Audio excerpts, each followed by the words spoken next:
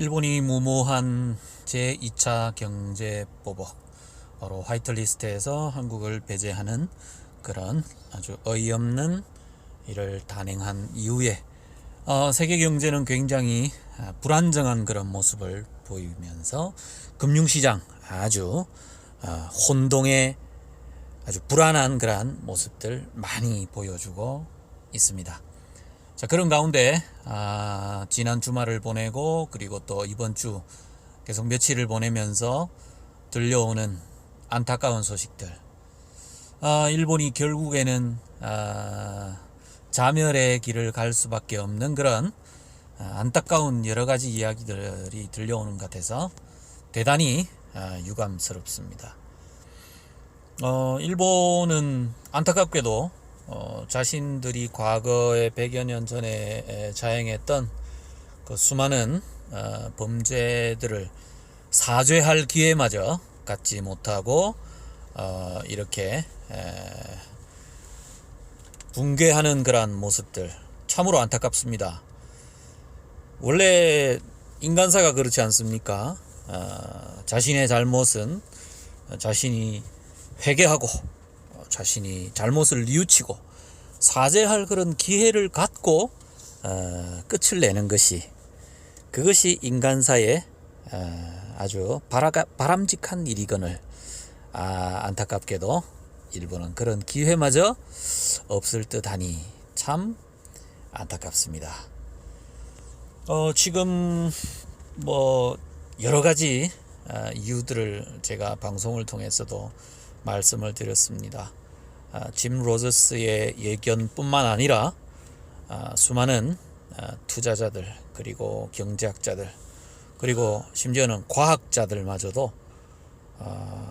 일본이 대단히 그 불안정한 그 지정학적 위치에 있다는 것에 대해서 다들 안타까운 심정으로 이야기들을 하고 있습니다.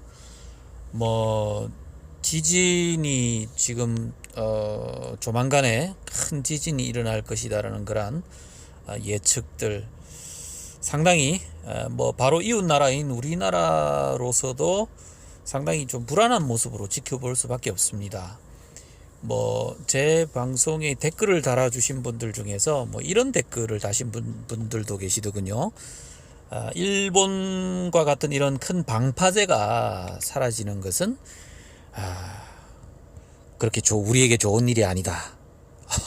참, 최근에 우리나라에 그 태풍이 몇 개가 지나갔죠. 예, 뭐 여름만 되면 우리가 늘 경험하는 거지만, 일본이 방파제 역할을 톡톡히 해줬는데 사라지면 상당히 좀 아쉽게 될 것 같기도 합니다. 그런데 뭐 우리가 잘 알다시피 이 환태평양 판을 갖고 있는 이 일본 열도의 지정학적 위치상 대지진에 의해서 이 일본 열도가 가라앉을 수밖에 없는 그런 뭐 운명을 타고난 것은 어쩔 수 없는 것 같습니다. 뭐 이런 어떤 현실적인 문제들 때문에 대단히 그 일본의 위정자들은, 지도자들은 조바심이 아주 강하게 일어나고 있는 것은 아닌가. 최근에 세계의 수많은 언론들이 도무지 이해가 되지 않는다. 왜 아베 정권이, 왜 아베 총리는 이렇게 무리수를 두는 것인가. 안 그래도 지금 이 미중 무역 전쟁으로 인해서 세계 경제가 대단히 불안정한 그런 형국인데 왜 아베 총리는 이렇게 무리하게 한국에 공격을 감행하는 것인가. 이 경제적인 타격, 한국의 경제적인 타격을 입히기 위해서 1차 그리고 제2차 경제 보복을 단행을 하고 있지만 대단히 안타깝습니다. 오늘 이제 제가 참 안타까운 이유들을 몇 가지를 이야기를 할 텐데, 두 번째 안타까운 이유는 바로 이 아베 정권이 자신들의 어떤 실력에 대한 오판, 원래 그렇지 않습니까? 전쟁에서요, 자신들의 실력을 과신하는 거 있죠? 이건 대단히 위험한 겁니다. 자신들의 능력을 제대로 파악하지 못하고 상대를 얕잡아 보는 것 있죠? 그거는 거의 백전백패하게 되어 있습니다. 지금 아베 총리가 그런 무모한 짓을 하고 있다는 거죠. 한국이 옛날의 한국이 아니라는 사실을 모르고 있다는 겁니다. 지금 삼성전자 이 한 기업하고만 싸워도 일본이 될까 말까 합니다. 그런데 이렇게 무도하게 무역전쟁, 경제전쟁을 감행한 것은 대단히 안타까운 일이죠. 일본의 자멸을 더 이렇게 부추기는, 참 이들이 너무나도 이 현실 감각이 없다는 것 자체가 불쌍할 따름입니다. 그리고 또 하나 안타까운 일은요, 일본인들이 이런 아베 총리의 본질을 제대로 꿰뚫어 보지 못하고 있다는 것입니다. 최근의 여론조사에 의하면은 일본인들 중 거의 한 70%가 일본의 경제보복에 대하여 한국에 대한 경제보복에 찬성하고 있다는 것으로 나타나고 있거든요. 거의 10명 중에 7명은 상당히 안타까운 그런 사람들이라고 볼 수가 있습니다. 나머지 한 30% 정도가 제대로 좀 정신을 차리고 있다고 볼 수가 있겠죠.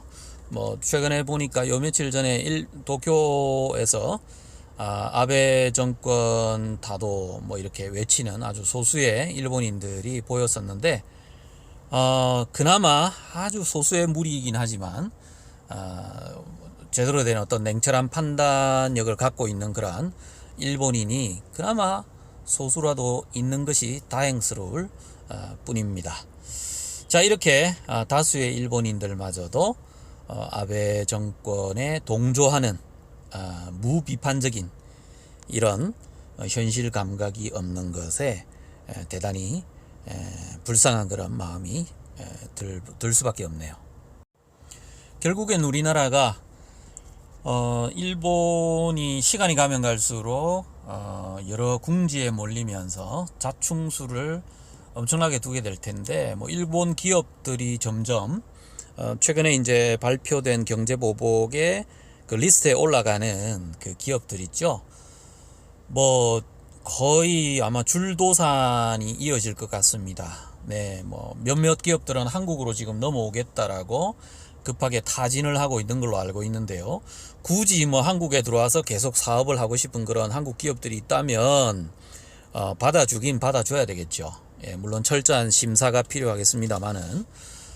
그리고 이렇게 그 일본, 소위 탈일본을 할 기업들, 엑스더스죠. 탈출이죠. 대탈출이죠. 이런 기업들뿐만 아니라 제가 보기에는 앞으로 일본인들마저도 일본 한 개인으로서의 일본인들도 아마도 앞으로 탈일본, 탈출을 하는 일본인들이 점점 더 많아질 것으로 예상을 합니다. 아마 이런 그 미래에 대해서 다가올 미래를 대비하는 그런 대비책이 대한민국 입장에서는 필요한 상황이 아닐까라는 그런 생각이 듭니다. 솔직히 말해서 지난 100여 년 정도 일본이 한반도에 대하여 주도권을 가지고 있었지, 실은 그 이전 약 2000년 이상 한반도가 바로 일본 열도에 대한 주도권을 가지고 있었죠. 역사가 그 부분에 대해서 잘 알고 있는 그런 부분입니다. 이제 앞으로 다가올 시대는 다시 또 우리가 일본을 어쩔 수 없이 우리의 그 우리의 생각과는 별개로 어쩔 수 없이 그런 현실이 다가오고 있는 것 같습니다. 일본을 우리가 보듬어야 하는 그런 상황으로 가고 있는 것은 아닌가. 정치, 경제 그리고 군사적으로 철저한 대비가 저는 필요하다고 생각합니다. 특별히 이번에 독도 훈련을 이렇게 하면서 조금 더 대대적인 그런 훈련을 할 필요가 있지 않을까라는 생각이 드네요. 일본에 대한 어떤 상륙작전도 미리 연습을 할 필요가 좀 훈련을 할 필요가 좀 있을 것 같고요. 뭐 여러 가지 그 일본 열도의 비상 사태를 대비하는 그런 우리의 준비가 필요하지 않을까라는 생각도 들게 됩니다. 요즘은 참 이 유쾌하지 않은 소식, 안타까운 소식들이 많아서 저도 참 마음이 무겁습니다. 앞으로는 좀 기분 좋고 유쾌한 행복한 그런 소식들 많이 전해 드릴 수 있었으면 참 좋겠습니다. 자, 오늘도 제 방송 들어주셔서 너무나도 감사합니다. 코멘트 TV였습니다.